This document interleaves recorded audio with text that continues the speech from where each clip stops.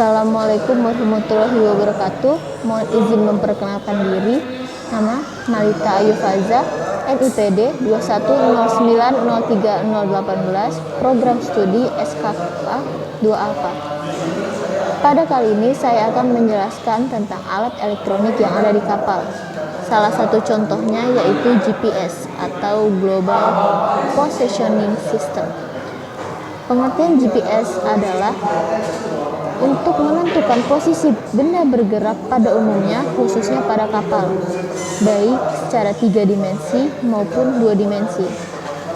Adapun penggunaan GPS di kapal. Yang pertama, untuk menentukan kecepatan kapal relatif terhadap suatu titik di darat atau SOG. Yang kedua, menentukan arah gerak kapal relatif terhadap suatu titik tertentu di darat atau course over ground. Yang ketiga, menentukan jarak tempuh kapal dengan kecepatan tetap atau berubah-ubah dalam interval waktu tertentu. Yang keempat, menentukan perkiraan waktu tiba di pelabuhan tujuan atau ETA. Yang kelima, menentukan siksa waktu yang harus ditempuh hingga waktu tujuan atau ETA. Yang keenam, menentukan cross track error atau XTE. Yang ketujuh, menentukan waypoint menyimpan yang sangat penting dalam memori yang dapat digunakan untuk titik referensi untuk mengubah arah pelayaran sebagai peringatan bahaya navigasi, tempat berlabuh jangkar, dan lain-lain. Yang kedelapan, menentukan waypoint untuk posisi orang jatuh ke laut, MOB program. Yang kesembilan, membuat bagan panduan bernavigasi menuju waypoint tertentu untuk melakukan homing. Yang ke-10, menentukan jejak pelayaran dalam bentuk peta, map page. Dengan skala dapat dipilih menurut skala yang tersedia dalam program. Pada program tersebut terdapat data. Yang pertama, posisi-posisi dan arah GRS pelayaran atau COG yang sudah dilayari. Yang kedua, posisi akhir menuju waypoint berikutnya. Yang ketiga, kecepatan menuju waypoint tersebut. Prinsip kerja GPS. Dari SV1 didapat bola tempat kedudukan. 1 berpusat pada SV1 dengan radius RT1. Dari SV2 didapat bola tempat kedudukan 2 berpusat pada SV2 dengan radius RT2. Kedua bola tempat kedudukan tersebut berpotongan, menghasilkan lingkaran tempat kedudukan pada batas perpotongan kedua bola tempat kedudukan tersebut. Dari SV3 didapat bola tempat kedudukan 3 berpusat pada SV3 dengan radius RT3. Terdapat 2 titik tembus antara lingkaran tersebut di atas dengan bola tempat kedudukan 3.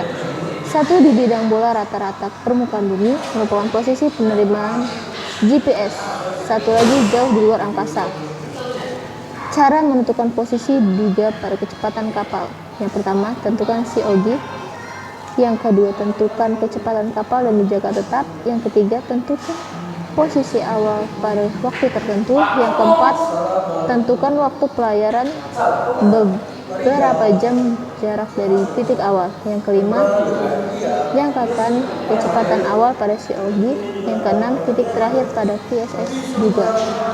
Sistem GPS terdiri dari 3 komponen pokok. Yang pertama, luas angkasa atau space segment, terdiri dari 24 SVS aktif yang berada pada 6 orbit.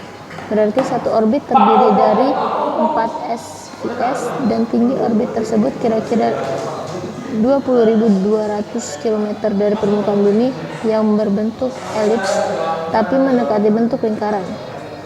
Yang kedua, ruas pengendali atau control segment, terdiri dari A. Monitor Station, B. MCS atau Master Control Station. Yang ketiga, ULS atau Upload Station. 3. Komponen pengguna user segment. Satu-satunya komponen penerima adalah GPS untuk menentukan posisi benda bergerak umumnya, khususnya kapal baik 3 dimensi maupun 2 dimensi.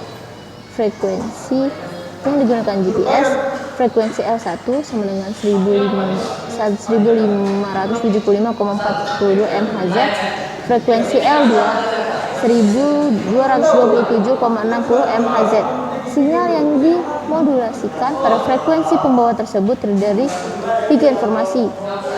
A. P code precision kode termulasi dan dipancarkan pada frekuensi pembawa L1 dan L2.